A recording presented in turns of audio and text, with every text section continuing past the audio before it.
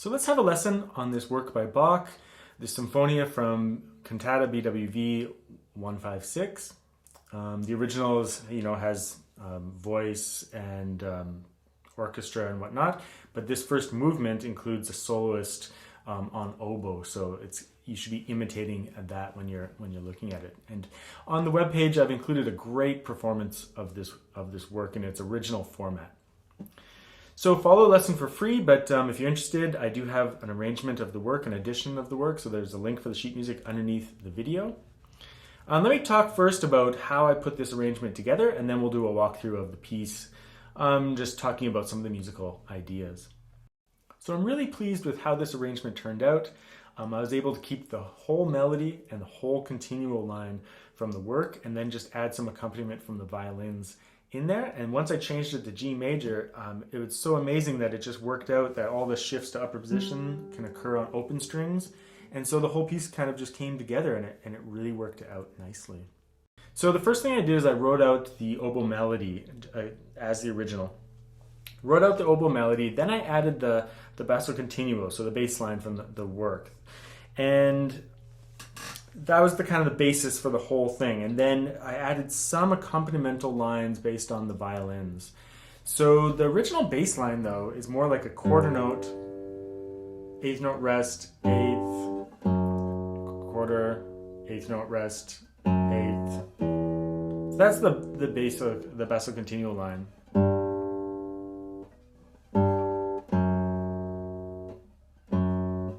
But I've combined that line along with the violin accompaniment to help the sustain of the instrument a little bit. So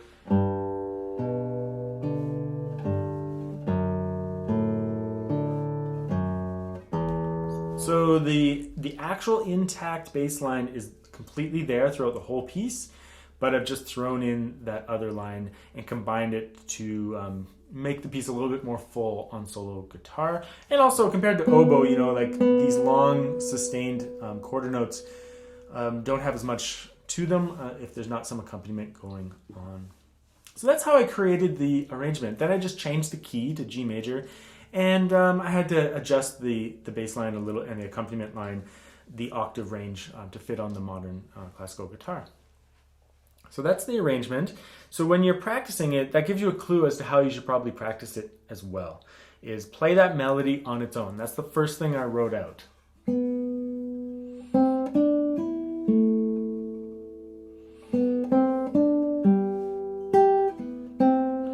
And listen to that other video that I posted with the oboe playing it so you can imitate the oboe and just get the vibe of the piece, right?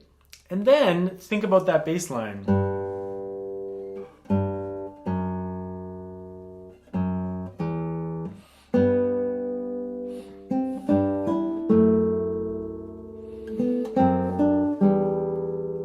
And there's just some accompaniment lines. So besides those low bass notes, when you do the combined musical line that I've created, soft, soft,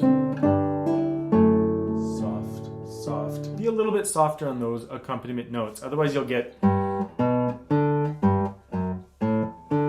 it'll be like a little bit too punchy, and that's not the original line, even though I've combined it in notation. So you just want to be aware of what that sounds like so that when you're playing it, it makes sense in that way, in the original way. I've also sped you could go slower. I think a certain amount of tempo is necessary on the guitar, though, to kind of keep things moving along, since we just don't have the sustain of an orchestra and a oboe. So let's just do a walkthrough of the piece, and I'll point out a couple of little things.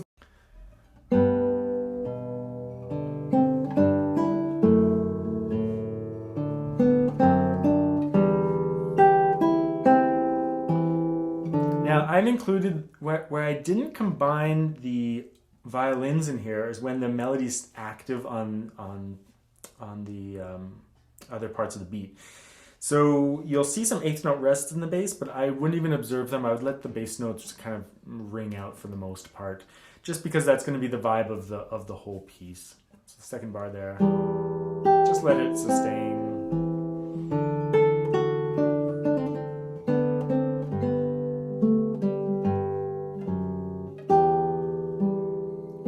my thumb on all these notes just to keep the accompaniment all on the thumb, right? Make sure that you sustain the G while getting your barré. Now here, unfortunately, the accompaniment line interferes with the melody, so just be careful that you don't play this last A too strong in bar 4. So you play the melody, softly play the accompaniment. It covers up the melody a little bit, but just don't overemphasize it, and it sounds still really, really nice.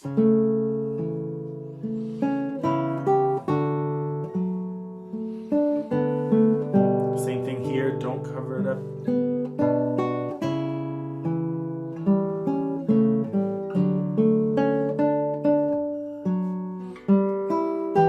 So this just happens to work out really beautifully.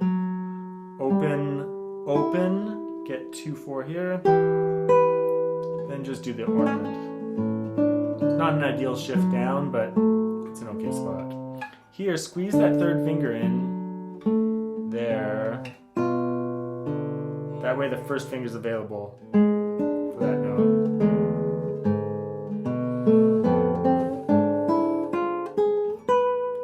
A little bit challenging here, but just remember, like the stretch from G sharp to F there, but just remember that you can release the D. I can actually hold it down just barely, but feel free to just, release that D, and then you can release it all. It's pretty secure because you can lock your third finger down here, but it's a little bit of a stretch. And then this works out really nicely too.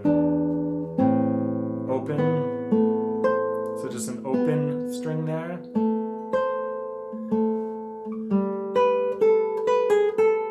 Because of the open G, it just works out.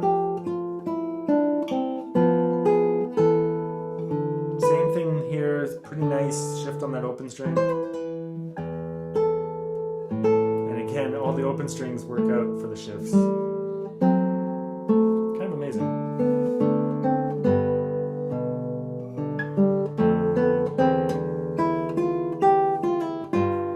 To sustain that F there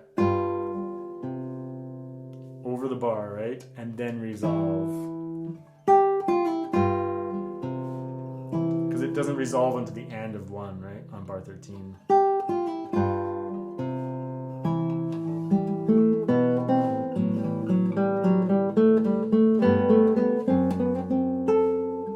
So there, my solution is just to slide the third finger. I didn't want to do and trying to reach up like that, so 4, 3, 3, 4. It's pretty smooth.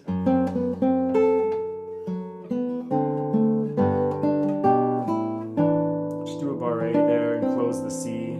And it works out not bad.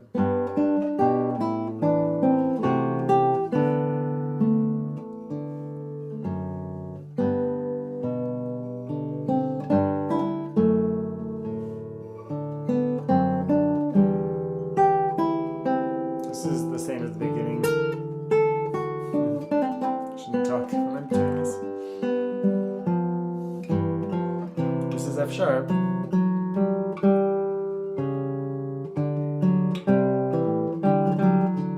So I do that ornament with a cross string trill, so I go open G, and then F sharp, G, F sharp, and I use A, M, I, P. And remember to mute the G when you're done there, so G, F sharp, G, F sharp, and mute the G so you don't have that ringing out. When you do cross string trills, it's really good if you can mute the ornamented note, right? The note that's the upper auxiliary.